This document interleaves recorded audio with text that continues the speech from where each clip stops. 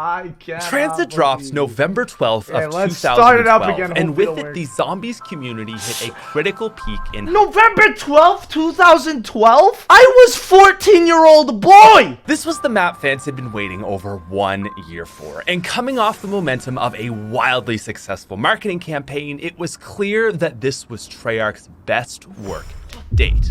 And expansive, with new features like buildables and mysterious permaperks. Following the missile drops of Moon, there were new characters nuts. led by Rick Permaperks should come back in a post-apocalyptic world.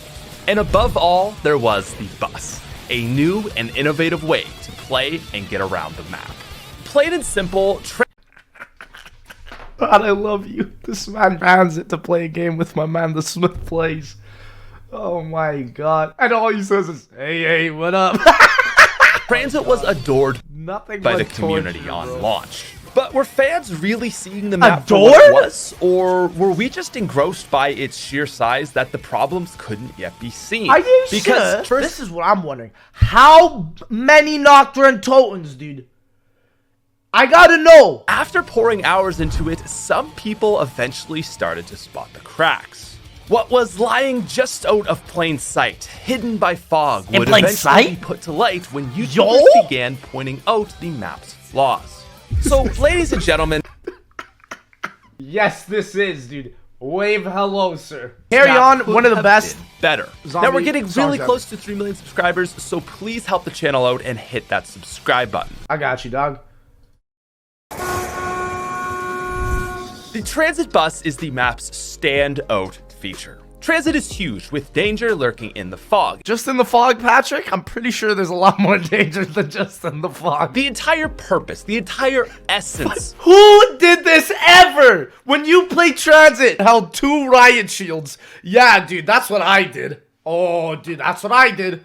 Supposed to revolve around this. That's exactly. Yeah, but dude, I placed it down and will shot arise is that because the bus defines the player's entire experience, any flaw of the system becomes put under a microscopic lens. And so because of this, it boggles my mind to see just how poorly this cornerstone feature was implemented. Is Adam in the video? Did I miss him? Adam! Adam! Woo! Yo! Dude, I totally miss him, dude. I knew it, Adam, quick as the night. Bro, he opened the door for the bus? Let's go, Adam. You are subjected to play the map as the game sees fit.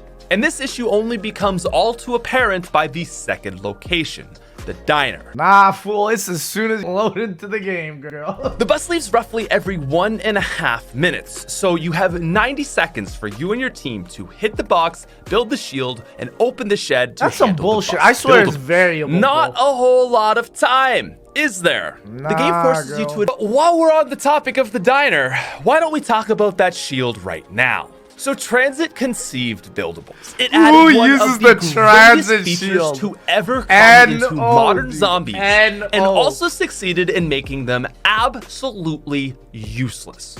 From the second location, you are forced to choose between the shield, a great item which provides additional defense. It's such a good item, but on TranZit, no human being in their right mind is using the shield, because you need the turbine. You at least won't have to worry about any other trade-offs, because every other buildable is garbage. But, I mean, hey, it's not like you're gonna have time to build these things anyways, right? Jesus, you gotta... Because getting back to our green biggest jump scare in zombies, zombies. The bus is about to leave, and you're going to be taken to the farm. Farm has nothing. In fairness, there is the buildable is useless, and double tap practically can't be bought unless you're a psycho and want to leave your turbine next to it, which, by the way, don't, because the bus is leaving again.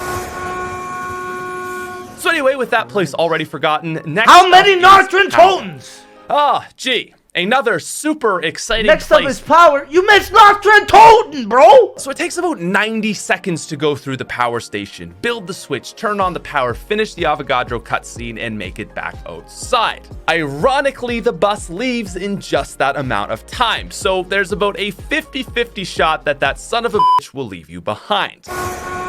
Oh my god, Pat, dude, somebody's about, dude, I'm gonna beep beep and your bitch ass. So you'll once again have practically no time to get any other buildable items, and now you gotta hike through the fog. Did I mention denizens exist? So, assuming your sanity is still intact, you're now at the final stop. The town should be the best place.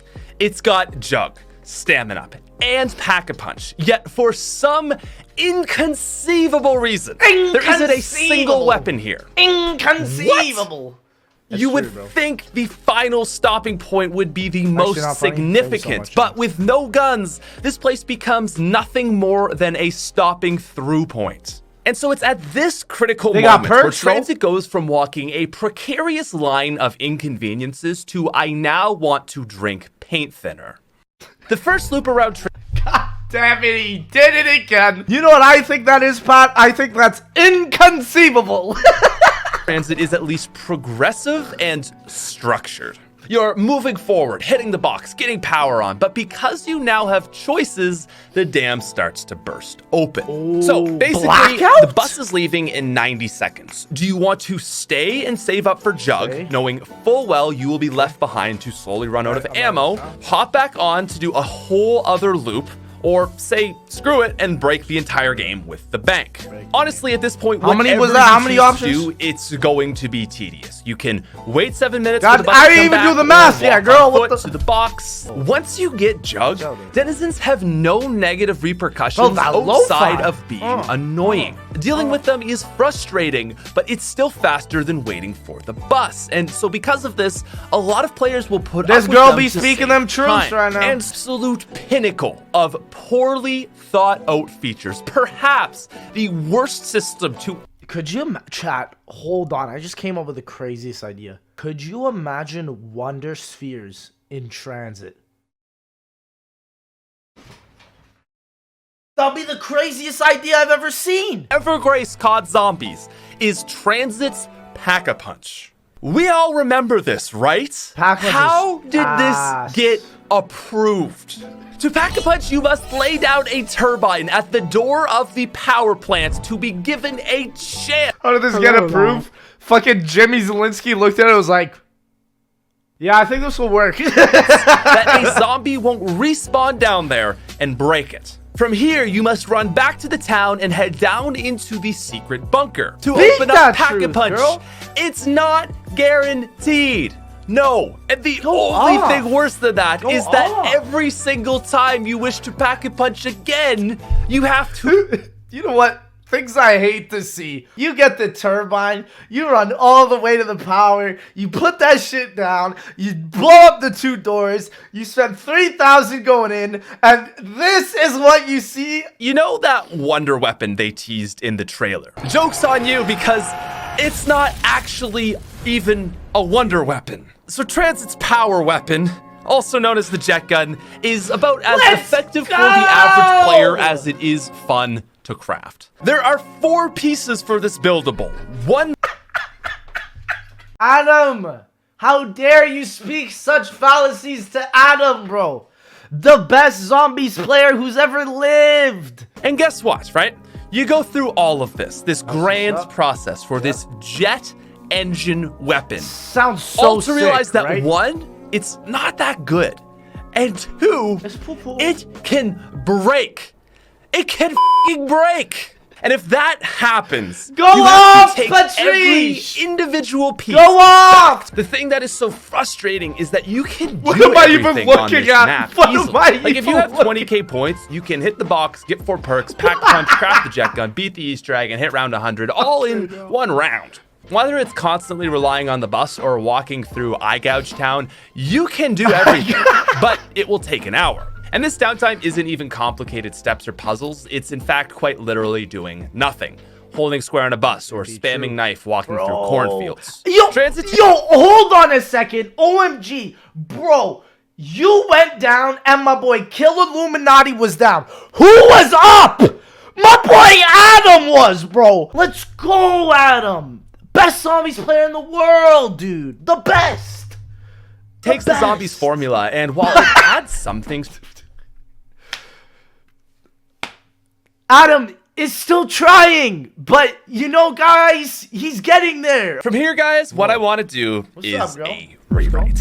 I would agree with Tim's map analysis that TranZit actually had the most potential of any zombies map. I always say that Jason Blundell's Shadows of Evil was his attempt at undermining Jimmy Zielinski's TranZit.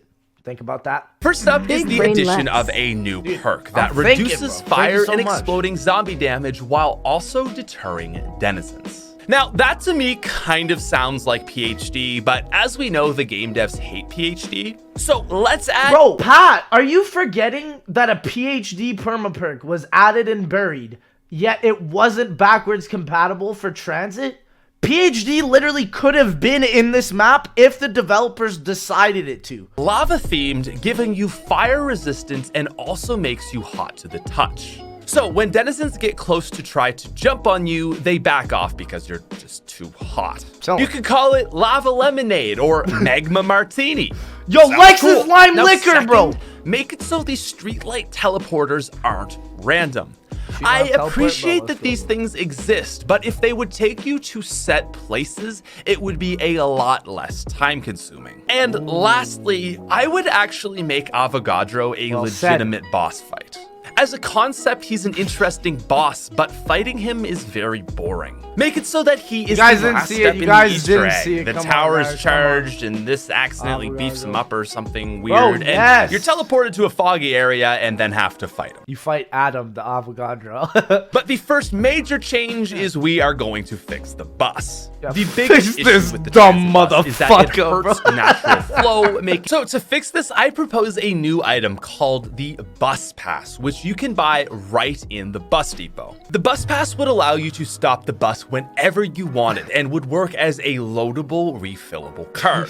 The card could be filled up to 20 total uses, with each use costing My mouth is shut! points. My mouth Every is use shut! would stop the bus for 1 additional minute on top of its determined path. And also, every major location would have a bus stop light pole, which allows players to call the bus, making it immediately depart and head straight to the desired location.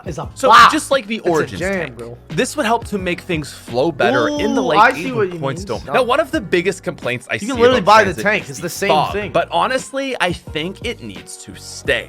The in-between areas only exist to give the map the fog a needs to feeling stay, of grandiosity. But in the new gen version, the fog should not stay. Fog would just open up a million easy training spots. So I would actually leave the fog alone. But with the new perk we added, denizens— I hate when zombie map devs are like, yeah, having big open areas is bad. I literally hate that. This is why I would literally like it as open land, as open field. Everyone would be able to learn how to play zombies then. You know what I mean? And then if you actually want the fast strat, you could go into a window. You know what I mean? I hate when all devs develop like that. Blundell developed every single one of his maps like that. Also, let's put an AN94 wall buy on the top of the bus, which can only be accessed after you install the ladder. The brain on this man! The brain on this man!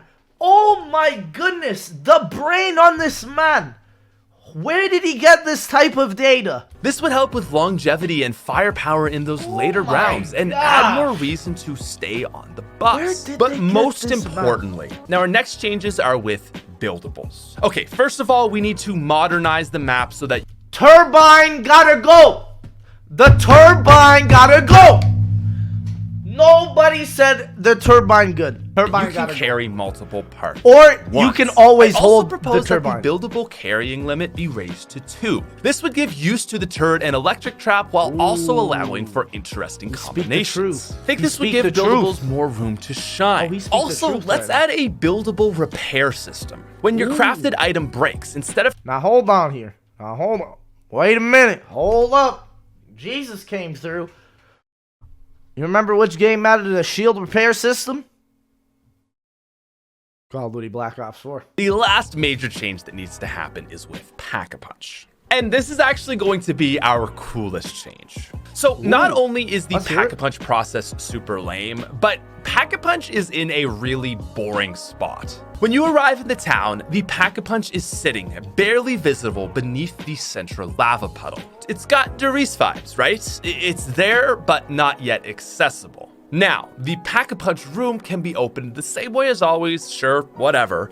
But once you get into it, instead of building it down there, there is one single item: the winch. This is an upgrade which you can add to the bus. Hold on. You had me up to the winch, dog. I don't know. I thought he was going to say every single area is going to have one pad, and then you activate them all, and then that's Pack-a-Punch. What the fuck is a winch? Head drives over the lava, attaches the cable to the top of the Pack-a-Punch machine, and the bus drags it up and out to sit on top, just like town. Come on, Bro. How cool would that be? It's such an cool. iconic piece of zombies imagery that needs to be understand. capitalized on. My final rating for TranZit is a 5.0 out of 10. D tier. That motherfucker skipped the whole tier. There is one more metric I'm sure you've all been waiting for. We're starting a movement, ladies and gentlemen, the knocked measurement system. And it was actually really hard to measure TranZit. Like, for example, do you count foggy areas or just the major locations? Well, it doesn't matter, because we crunched the math and did it all. And once you run the numbers, it turns out the TranZit actually has a pretty small total playable area. What's Bus the depot, number? diner, farm, power, cabin, and knocked only actually weigh in at around 13 Nocturne totals. Whoa, But that's of pretty course, small. there is a lot of in between. And so when we factor in all of the foggy areas, we get a more realistic number. While most of these paths are quite narrow, there are a lot of them. And so the total accessible area of TranZit weighs in at a much more respectable 36 Nocturne Whoa. totals. However, this metric still isn't quite accurate. How many more, dude? And so if we were able to calculate the entirety of TranZit, it would give us the true sense of just how large it actually feels. And so, ladies and gentlemen, with the help of scientists and Elon Musk, we have been able to determine TranZit's true size. And so while it may be a D tier map, it gets an S on the Nocturne Totem measurement system. Ladies and gentlemen, Green Run's TranZit weighs in at 106 Nocturne Totem. I haven't even been to that Ive around, bro. That's fucking terrible. That's so fucking sad. Woo! Give me an Adam clip.